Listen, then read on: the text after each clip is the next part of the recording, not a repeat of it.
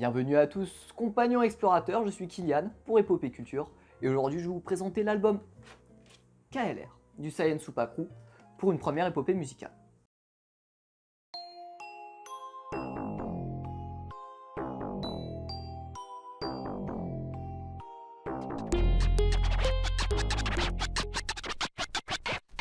De la Saiyan Secta, Bouddha Specta, Armageddon, Supa, Apoca, Batamaco, la technologie. Cet album est sorti en 99 et il est même une référence dans le rap français. Le groupe s'est formé en 97 après que plusieurs groupes de banlieue parisienne se soient rejoints pour n'en former qu'un. Le groupe est alors composé de Phénixy, Leroy, donc les deux membres ont fait un album collaboratif en 2019, Specta, Sir Samuel, Sly, que vous avez vu il n'y a pas très longtemps au Late Show d'Alain Chabat en tant que musicien accompagnateur. Il y a également Vislo et KLR, on reviendra sur lui un peu plus tard. À partir de 97, le groupe est donc créé.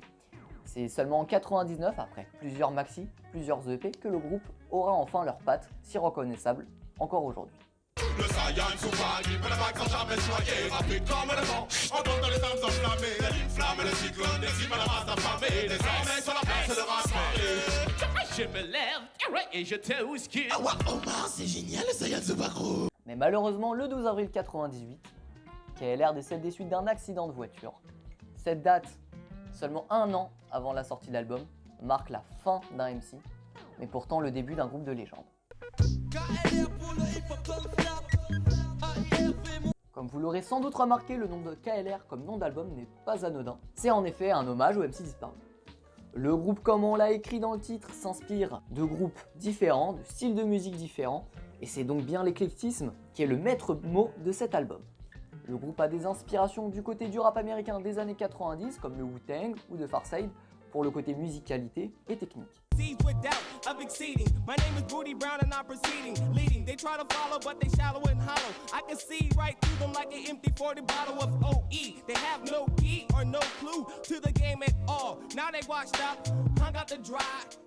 D'autres styles aussi sont représentés au sein de cet album, comme la soul, le zouk ou le reggae.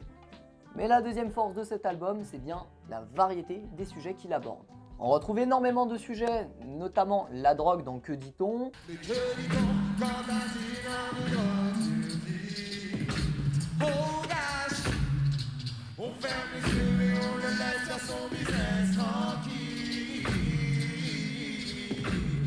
le karma dans Darkness, Ah, c'est la bonne chance qui débute, c'est le début de la fin. Qui s'exécute, non, fallait pas dire, je sais pas.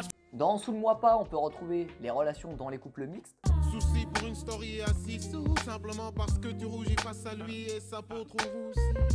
Le groupe reprend notamment des classiques de la littérature française, comme dans Malade imaginaire, Acte 2, scène 3, monsieur Zulu M6 s'apprête à entrer dans le cabinet du docteur Woodimir. Yo, rap. Yo, j'avais mal à la gorge, docteur. Dès lors, dans mon cabinet, j'appelle un nouveau patient. et enfin La preuve par 3, qui est mon morceau préféré, qui va traiter du racisme en prenant chaque personnage qui sont les plus concernés par le sujet. Y'a de quoi se faire du souci quand le devenir de l'homme sur la planète a commencé par ce pays dans lequel je vis, où l'on cultive la différence, laissant l'unité dans l'oubli. Homme faible est un storytelling sur le diable, Histoire d'un homme faible, affaibli par la mélancolie, proie facile. KLR aborde le deuil d'une manière beaucoup plus personnelle, puisque les membres du groupe sont eux-mêmes concernés par le sujet. Si jamais la gloire, le succès nous croisent à l'avenir, les marches nous seront celles à les gravir.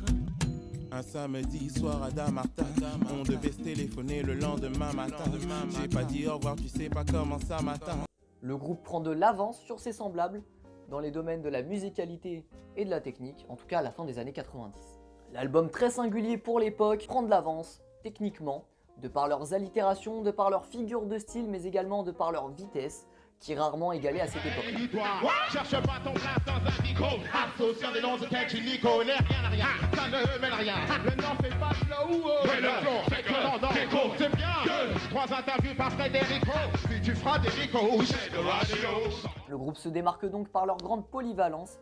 Ils utilisent donc le chant, le rap et le beatbox, parfois dans un même couplet. C'est donc pour moi le Saiyan, en tout cas leurs membres, qui sont les plus avancés en matière de technique à la fin des années 90. C'est donc à partir du début des années 2000 que d'autres groupes ont été influencés par le Saiyan Supa Crew, en rajoutant des connotations beaucoup plus musicales à leurs morceaux de hip-hop. L'album fait disque d'or sans passage dans les médias.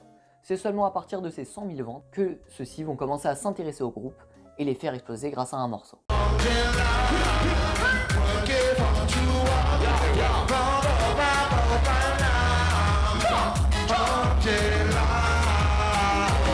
L'album multiplie ses ventes par 5. Le morceau explose dans les médias, il passe sur toutes les radios, sur toutes les télés, et le groupe est connu dans la France entière. Angela est donc la meilleure et la pire chose que le groupe ait pu expérimenter. D'un côté, les ventes ont contribué à la gloire du groupe.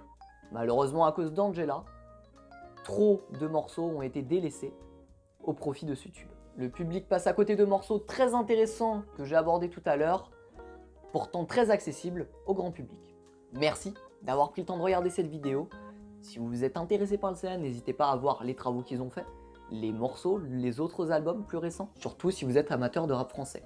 Si vous avez aimé le contenu qu'on vous a proposé aujourd'hui, je vous invite donc à liker la vidéo. Si vous voulez en savoir plus sur les futurs projets qui se trament, je vous invite donc à vous abonner à la chaîne d'Épopée Culture. A très vite chez Épopée Culture et culturez-vous bien.